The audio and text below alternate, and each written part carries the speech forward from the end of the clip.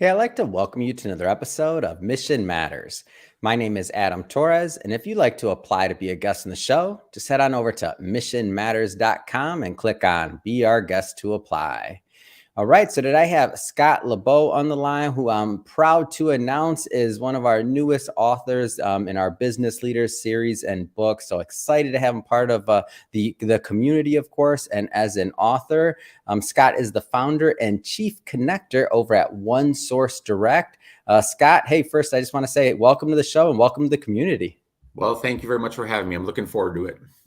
Yeah, so we'll talk a little bit today about the book that's coming out, and this will be more of a teaser for everybody watching because just so you know, I'll be bringing Scott back on for a second interview so we can do a deep dive in the book after it's already live. But really today we're going to dive into One Source Direct and the meaning and the mission and how it's also how One Source Direct is helping business owners.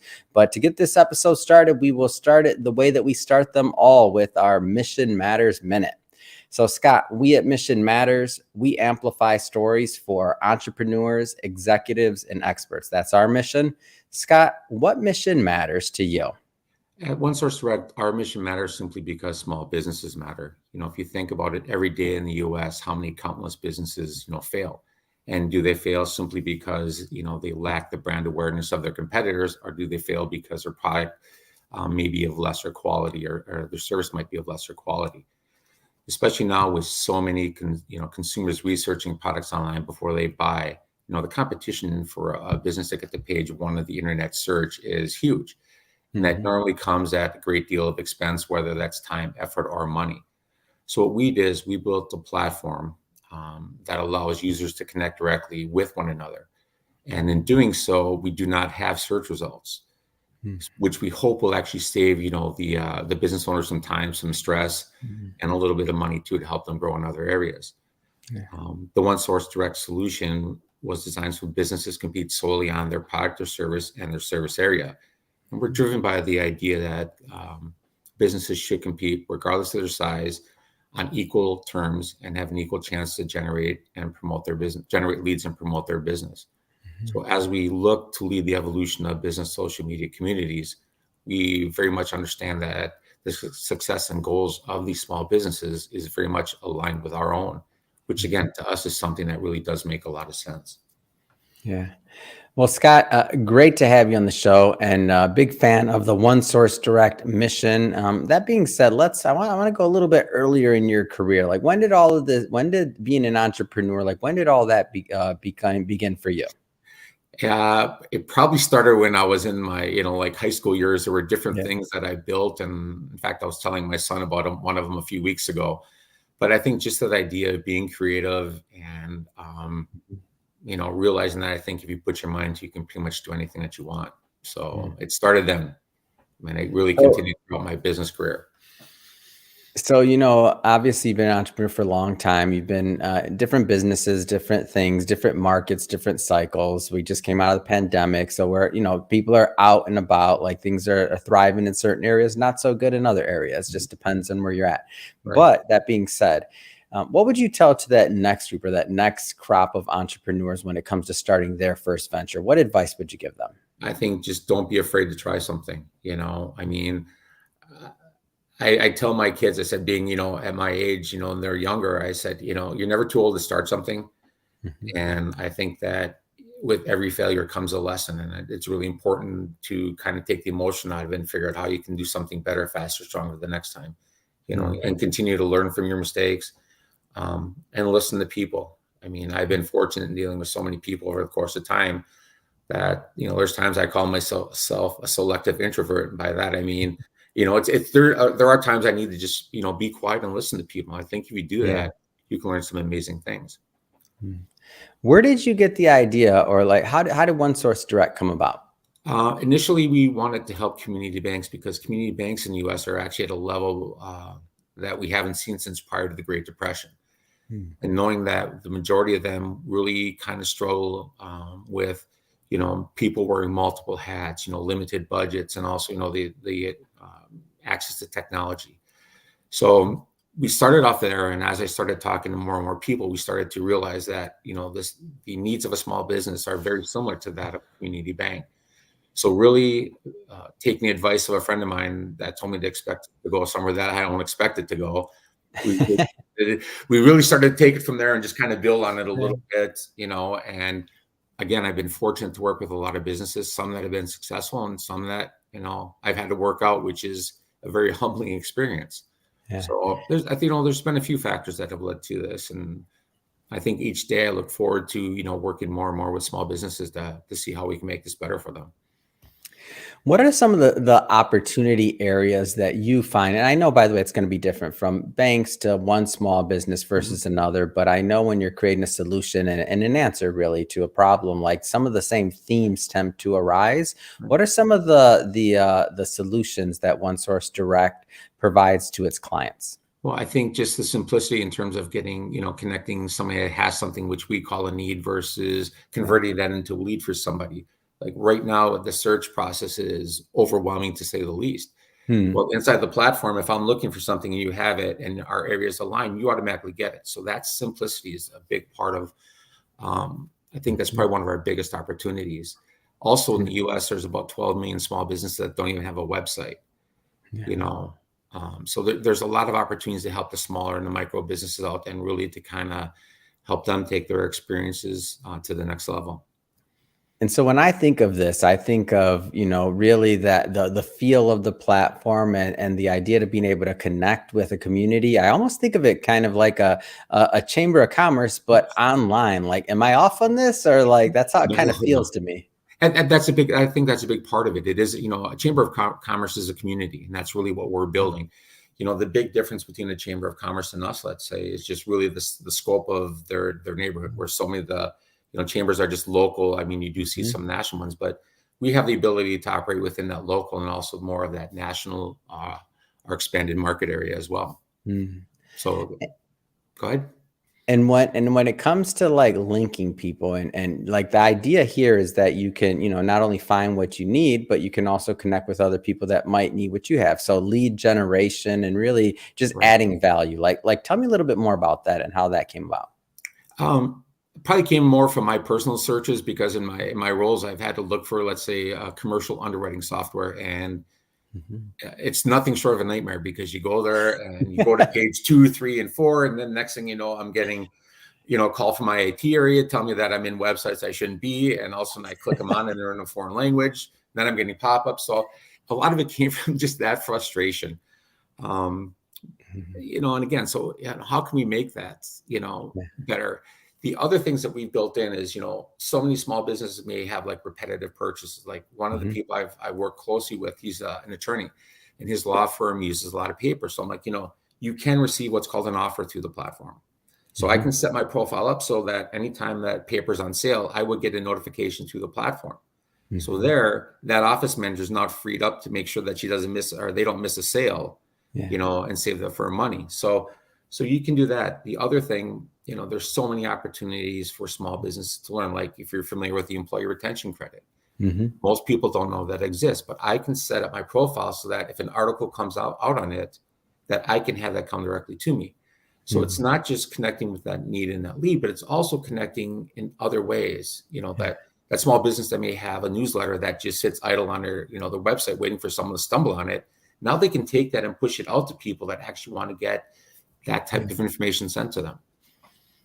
Yeah, no, it's great. I think it's a great idea. And as you kind of, and I know, in my opinion, when it comes to software, when it comes to platforms, like we're always trying to improve or refining. We take the user feedback, we make it better. We make it better. I mean, admission matters. This particular interview, the format, I think we're probably at like the 10th iteration minimum, and we're already about to launch the 4th website, and we've only been in business now for going on 6 years. So, always reiterating, trying to make a better product and to, add value to the business community.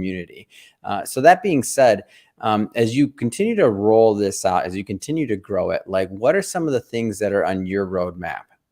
Well, first, we plan on launching. We're looking to do a crowdfunding campaign and take on some early adopters around April 1st, and that's no fool. And we're also going to, use the early adopters to help us, not just Mhm. with what we've built already, but we already have 7 enhancements that have been have been designed, and all of these have been designed with the help of small business owners. So the feedback that we're going to get once we go live will help us expand in about 6 months to markets outside of the US. Hmm. But again, everything we've done, there's been a lot of involvement. There's been a lot of back and forth. Mhm. But I'm really kind of curious to see where we go, because my mindset is that I want to be able to use our users as my board of directors that will help guide where we go. You Mhm. know, I come from banking. I know you spent some time in banking, and board of directors are very prominent in a bank. But you know, again, having people that are on the ground using the site will be a Mhm. very good guide for us where we go. What would you say is a good user for the site? Like, what's a good profile for someone that you feel will get value out of being part of the community? I think typically small businesses that have less than 50,000, or 50,000, it's really small, Mhm. 50, employees or less. I think that that's really kind of the market that we're going after, because they're the one that lack a lot of the resources that they need, whether something Mhm. as simple as an HR department. In most cases, you have your HR department and accounting doing the same, job. And those are kind of two unrelated fields. Yeah. So I think that the smaller businesses less than 50 are really what we're looking for. Yeah, it's interesting that you say that because as we started, when I think about, us at Mission Matters, I mean, we started with two people, myself and the other co-founder, and then you start adding more people, you add more Mhm. services, you grow, you test. And so this is for individuals that bootstrapped it or started small and then grew it over time.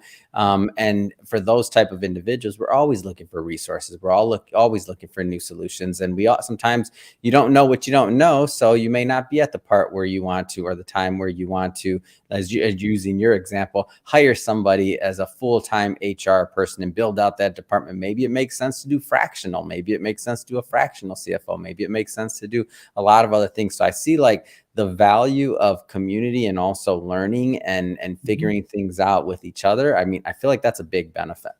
Right. And, again, just the access to information so that it can help you know what you don't know.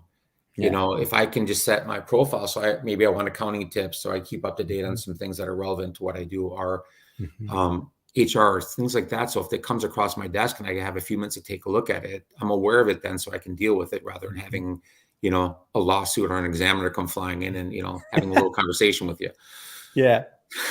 All right. I want to spend some time on the book because the Okay. book's going to be coming out. And again, as I mentioned before to everybody, we'll be bringing Scott back on the line. So we'll have another interview. So we're going to keep it kind of high level today. Okay. And I know we're still in editing and refining and everything else. So there, content can change. But Scott, high level, like what are some of the things that you plan to propose in the upcoming release? Um, Again, I think just showing a diverse background of where I've picked up on things, Mhm. and really kind of looking at my life's experiences. And, I think writing the book was fun for me Yeah. because it does make you reflect a little bit upon the things that you really didn't think had an impact on you. Yeah. Like I look at my 30 plus year banking career and I'm realizing that all these different things I picked up along the way. Mhm. But I really enjoyed that part of it. And some of the stories, when I was talking with the writer, that to me, I just mentioned kind of in passing, but they're like, no, that's a kind of a good idea. So I think it was nice because it made me reflect a little bit more on things. And again, it kind of helped me bring things together a little bit more Hmm. and understand more And why we did this. and I like your background, as you mentioned before. So for those who've been listening to the show for a long time, they know, I was in finance for almost 14 years. So that's what I did prior to media, but in which I do full time now. But that being said, I feel like there's so many individuals that are in these type of professions that maybe don't take that leap. And I don't want to sound biased because I'm a publisher and I publish people, right? But whether it's books, whether it's a podcast, I'd rather kind of frame this more so along the lines of content creation, like having all of these life experiences that you can share with others so that they can benefit. And you're sharing with people really even outside your circle. So sure, you may mentor somebody, or sure you may, share with your children or with your family. But like if you take your experiences and you put them into something, like whether it's again in the form of a book or something else, like you have that multiplying effect where you can help a lot of people. Right. So Scott, what would you say to those that are sitting out there? I like to say sitting on that gold mine of knowledge, whether they're monetizing or not. That's not what I mean, but just the gold mine of knowledge. But they haven't like taken that step to create content, whether it's a blog or whatever their form of content Mhm. is. What would you say to those individuals? just have faith, and when you talk about your banking career, think about how bankers are looked at, where we have to know about all these different industries. We have to know about all these different products and services. We get called on, from people. Hey, I need an account. I need this, or, do you know anybody looking for this? So I think that it's possible to reach a larger audience than, you really do believe. And that's one of the reasons I really appreciate this opportunity. And it usually takes a few successes, to really kind of steer my day. Sometimes, as you have those failures where like, oh, I can't believe this happened to me. And next thing you know, you're like something positive. It's like, I'm good for a week, and, don't be afraid of it.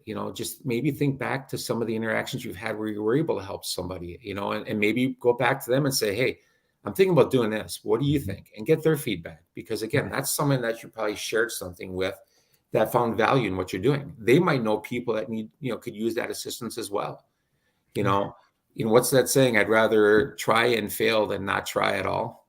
And I think I can speak to that. And I think that comes a lot out in this book where, again, my selective introvert personality, where now it's like, you know what, let's go to the mountaintop. Let's see if we can help more people, because that's really where I think you're going to find your value. It's not going to come from dollar signs. It's going to be that inside value that will really help you. Yeah. And to me, my view, so when I started, obviously finance, I always thought it was like, I didn't really understand. I didn't really understand the importance of sharing your story. I didn't understand the importance of, paying it forward in that manner. I always thought like, oh, who's going to care? Like, who wants to hear about me, or who wants to hear this?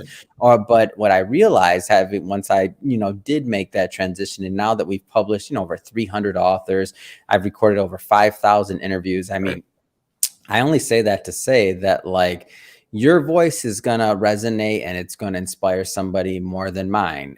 Mine is going to inspire somebody else. Like all these other things, it's not about like competition or what's like all these other things, vanity metrics, all of that doesn't matter in my opinion. What matters is that you're authentic in telling your story really for the benefit of others.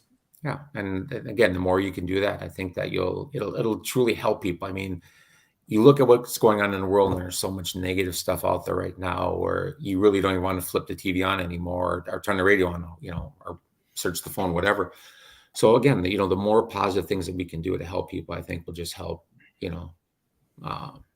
people in general. I mean, even saying hi to somebody on the street sometimes, or listening to somebody when you meet them at a coffee shop, listen to their story sometimes, I think you'll find that you can help others as well. So. Well, Scott, I just have to say it has been great having you on the show today. Great learning more about what you're doing at One Source Direct, and I'm thrilled to have you in the upcoming book. I mean, we're going to have a lot of fun. We're just getting started on promo, and as we finish up the content, that being said, what's next? I mean, what's next for you, your career, One Source Direct? I mean, what's next? Oh, there's a lot going on at once. I think, again, the big thing is going to be the rollout, sitting down with the crowdfunding people tomorrow, have a conversation. But now it's really just a matter of, sitting down and talking to some people about, some of the different posts that I want to write, some of the different videos we want to create to help support this. We've been very fortunate. We've been able to partnership with, a couple of small groups. One is a group called Trep House. They deal with minority and indigenous owned businesses. And since we're going to be able to private label the site, there's value added to their members in several different ways. So we got a lot of that going on. Again, just trying to figure out where we're going to go in terms of what enhancements will our first adopters or early adopters prioritize. I mean, like I said, we already have 7 of them done, and it's really about how do we make this whole thing, better, faster, stronger. And if you saw the article in the California Business Journal, I'm a fan of outside-in engineering. And even though we have the ideas and we worked on them, on a small scale with small businesses, I really am looking forward to having conversation with the larger businesses or a larger community to get their feedback, because again, they're the ones that are going to use the site. We're just the placeholders in terms of building it for them. So, so again, I think that's really kind of be the fun for me over the next few months as I sit down with people and have more, conversations. And again, if something's broken, I don't know about it, I can't fix it. So, it's going to be a busy couple months, but it's going to be fun. Yeah, no, this is going to be awesome because I can't wait. Like I always see this. So when somebody, they're launching, they're doing crowdfunding, they're iterating, reiterating. I'm excited when next time I bring you back on the show after the book's done, and we can kind of recap and say, all right, last time we talked, we get the updates. And this is one of the fun parts about, I believe, Mission Matters and the Mission Matters community. We really are a community. We care about our authors, we care about our guests, and really what we're trying to do is build an ecosystem of individuals that support each other and that can learn and grow together. And again, we're awesome to have you part of the community. Well, thank that you. being said, thank you. Scott, if somebody is listening to this or watching this and they want to follow up, they want to learn more about One Source Direct, they want to follow your journey as well, I mean, what's the best way for people to do that? Well, the easiest way, of course, would be to email me at scott@onesourcedirect.net. My phone number is 414-238-3340. You can go to our website, onesourcedirect.net. You can check out our demo videos, which again were built by somebody that I've never spoken to. So the four 2-minute videos are provide a great overview from a user perspective on how it works. And you can also go there and in the next few weeks and sign up to get a free user profile, which will, give you the basics of the platform. But again, we have a lot coming out, but just get a hold of us, jump on our mailing lists and give us any feedback. And like I said, if you want to talk, just give me a call. Perfect. And we'll be sure to put the links to that in the Awesome. show notes so that individuals can click on the links and head right on over to the website. And speaking of the audience, if this is your first time with Mission Matters or engaging in an episode, we're all about bringing on business owners, entrepreneurs, and executives and having them share their background, their mission, what inspires them, and really what gets them motivated to get out there in the marketplace to make a difference. If that's the type of content that sounds interesting or exciting to you, we welcome you. Hit that subscribe button. We have many more mission-based individuals coming up on the line, and we don't want you to miss a thing. Scott, again, been a pleasure. Can't wait till the next time we get to do this. Thanks again for coming on. Thank you very much for having me. And again, I agree. I encourage anyone to reach out to you because your group has been very supportive and great to work with. So thank you, Adam. I appreciate it.